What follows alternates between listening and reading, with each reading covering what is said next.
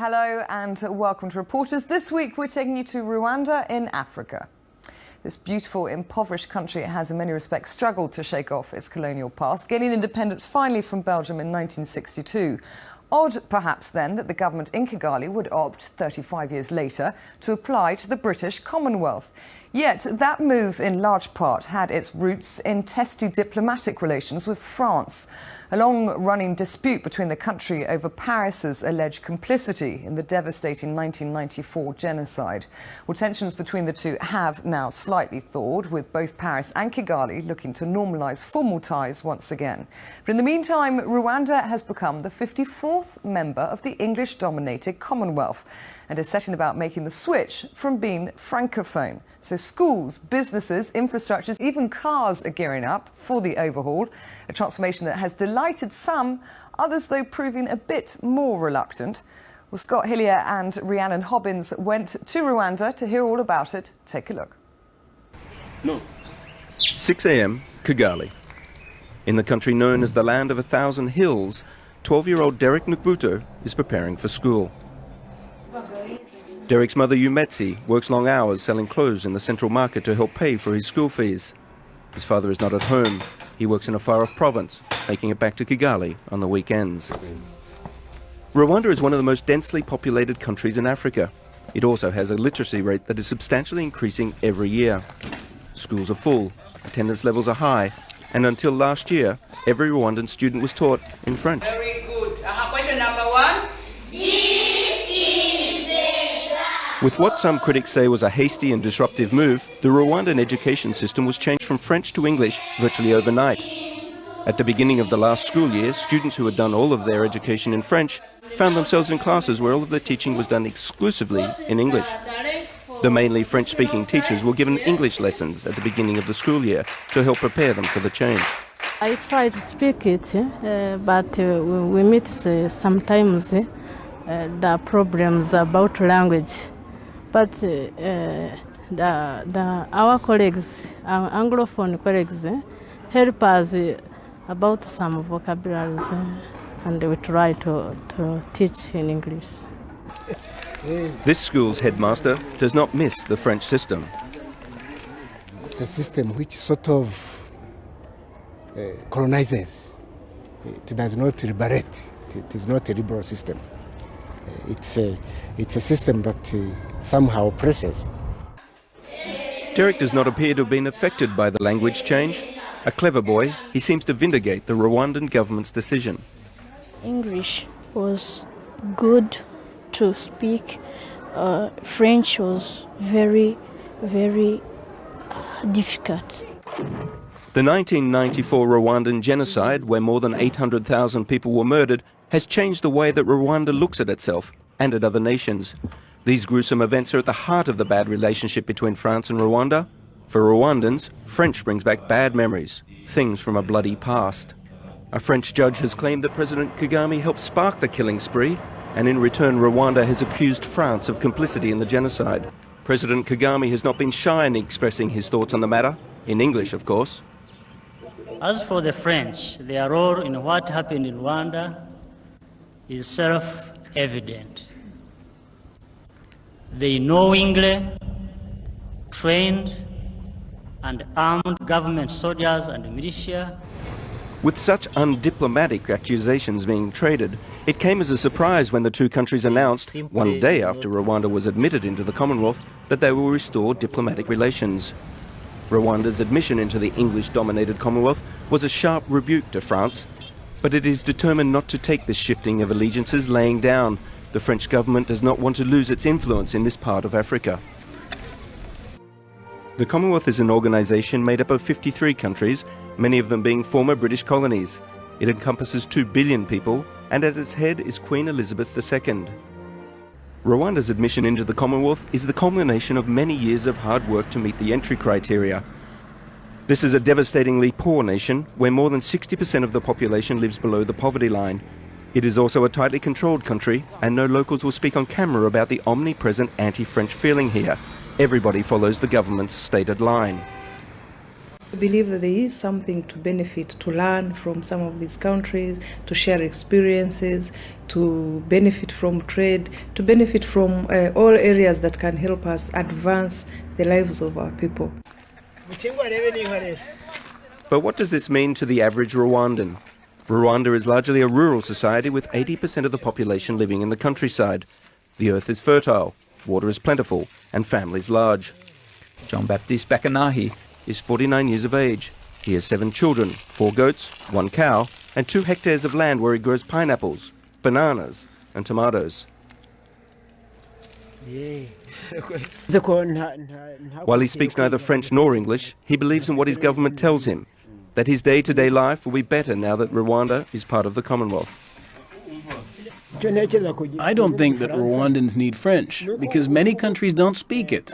As farmers, we're not complicated, you know. We didn't study, and our needs are not so big. We just need to feed our kids, pay their school fees, and take care of our families. Is the Commonwealth good for me? Well, that's for our government to decide.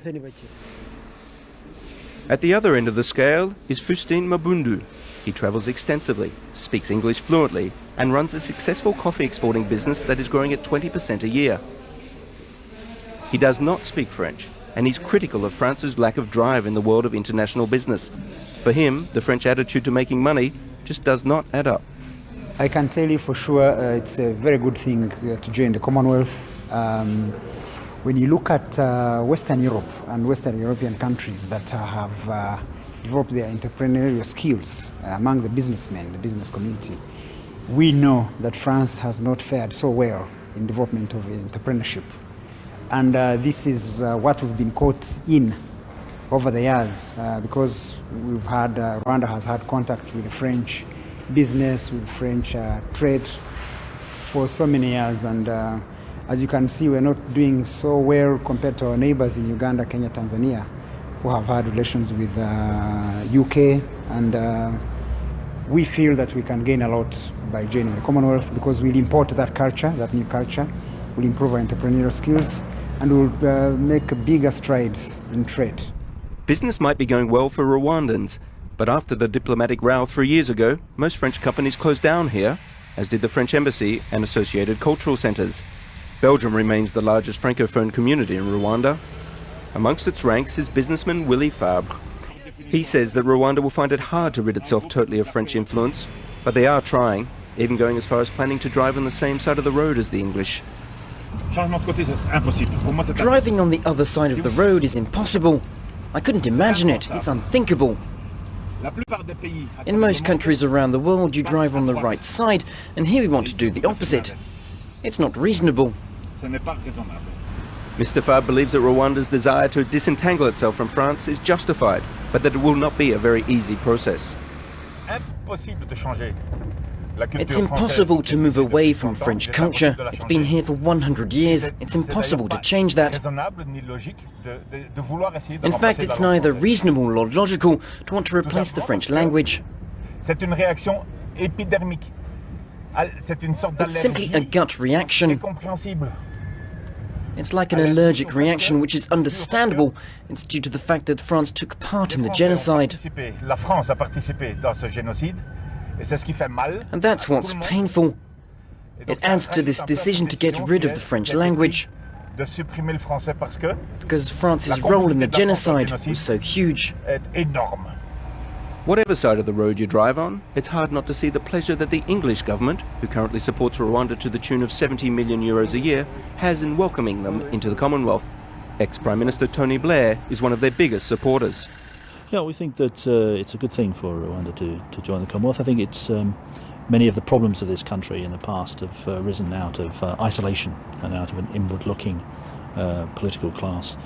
And so anything that opens up Rwanda to the outside world, I think is positive. It opens up a wide range of contacts in countries which often have come through similar difficult experiences of their own. Despite the announcement that France and Rwanda have recently restored diplomatic relations, it's hard to see how francophone this country will remain in a generation's time. Ways to help speed up the transition from francophone to anglophone are happening at many different levels. Things are moving at a rapid pace here, often to the bemusement of the locals. Cricket.